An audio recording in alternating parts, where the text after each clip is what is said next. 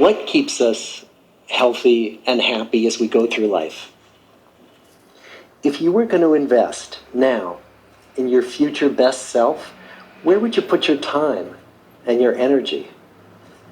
There was a recent survey of millennials asking them what their most important life goals were. And over 80% said that a major life goal for them was to get rich. And another 50% of those same young adults said that another major life goal was to become famous. And we're constantly told to lean into work, to push harder and achieve more. We're given the impression that these are the things that we need to go after in order to have a good life.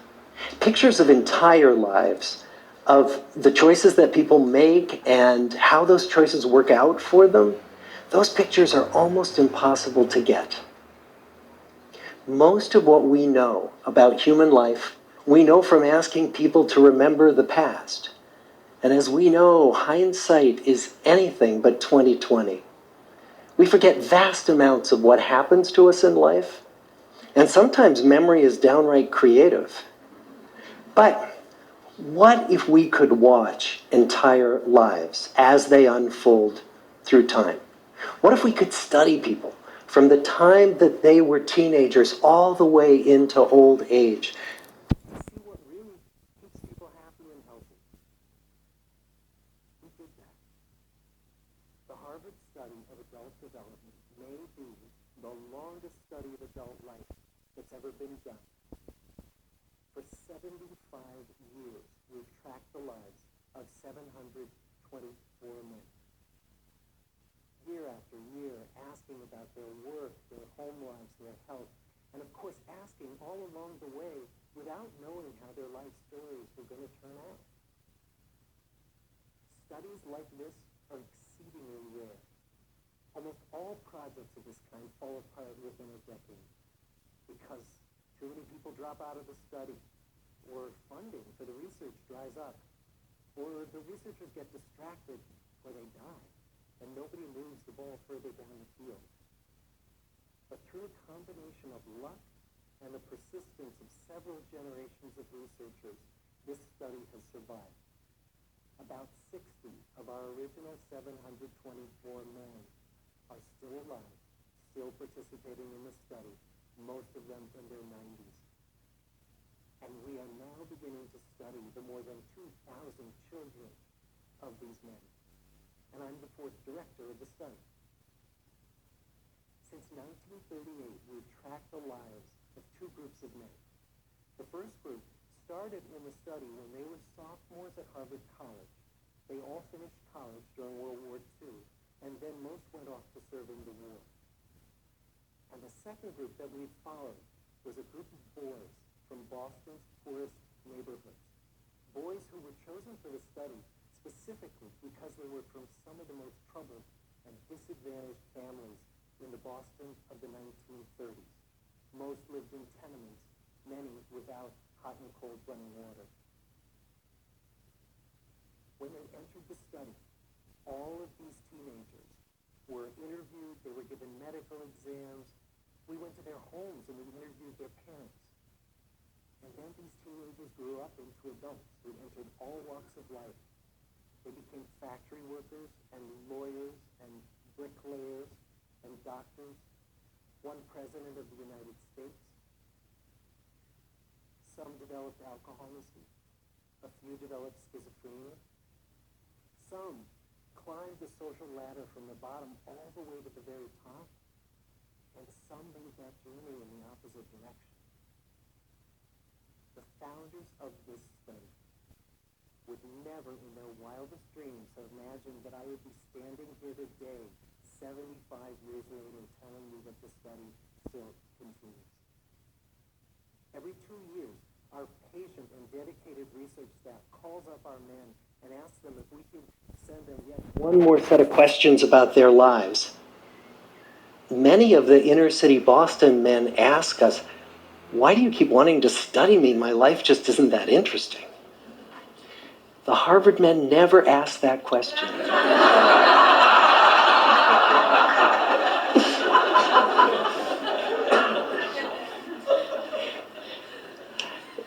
To get the clearest picture of these lives, we don't just send them questionnaires. We interview them in their living rooms. We get their medical records from their doctors. We draw their blood. We scan their brains. We talk to their children. We videotape them talking with their wives about their deepest concerns. And when about a decade ago we finally asked the wives if they would join us as members of the study, many of the women said, "You know, it's about time." So what have we learned? What are the lessons that come from the tens of thousands of pages of information that we've generated on these lives? Well, the lessons aren't about wealth or fame or working harder and harder. The clearest message that we get from this 75-year study is this: good relationships keep us happier and healthier, period. We've learned 3 big lessons about relationships. The first is that social connections are really good for us and that loneliness kills. It turns out that people who are more socially connected to family, to friends, to community are happier, they're physically healthier, and they live longer than people who are less well connected. And the experience of loneliness turns out to be toxic. People who are more isolated than they want to be from others find that they are less happy, their health declines earlier in midlife, their brain functioning declines sooner, and they live shorter lives than people who are not lonely.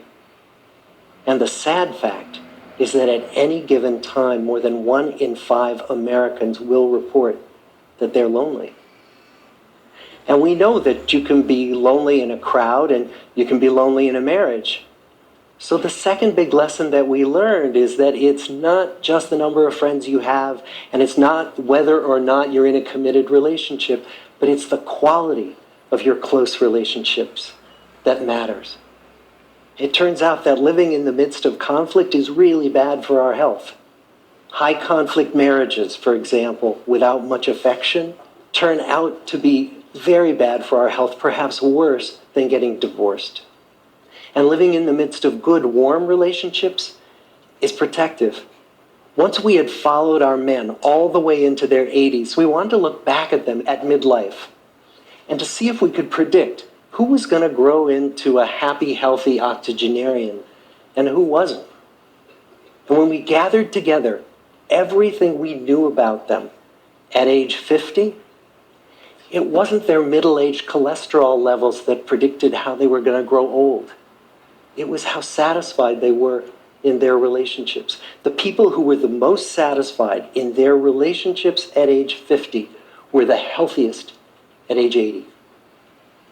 And good, close relationships seem to buffer us from some of the slings and arrows of getting old. Our most happily partnered men and women reported in their 80s that on the days when they had more physical pain, their moods stayed just as happy. But the people who were in unhappy relationships, on the days when they reported more physical pain, it was magnified by more emotional pain. And the third big lesson that we learn about relationships and our health is that good relationships don't just protect our bodies, they protect our brains. It turns out that being in a securely attached relationship to another person in your 80s is protective. That the people who are in relationships where they really feel they can count on the other person in times of need, those people's memories stay sharper longer. And the people in relationships where they feel they really can't count on the other one, those are the people who experience earlier memory decline. And those good relationships, they don't have to be smooth all the time. Some of our octogenarian couples could bicker with each other day in and day out. But as long as they felt that they could really count on the other when the going got tough, those arguments didn't take a toll on their memories. So, this message that good, close relationships are good for our health and well-being, this is wisdom that's as old as the hills. Why is this so hard to get and so easy to ignore? Well, we're human. What we'd really like is a quick fix, something we can get that'll make our lives good and keep them that way. Relationships are messy and they're complicated, and the hard work of tending to family and friends, it's not sexy or glamorous. It's also lifelong.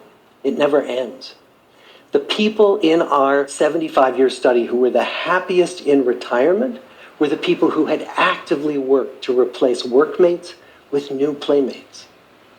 Just like the millennials in that recent survey, many of our men, when they were starting out as young adults, really believed that fame and wealth and high achievement were what they needed to go after to have a good life.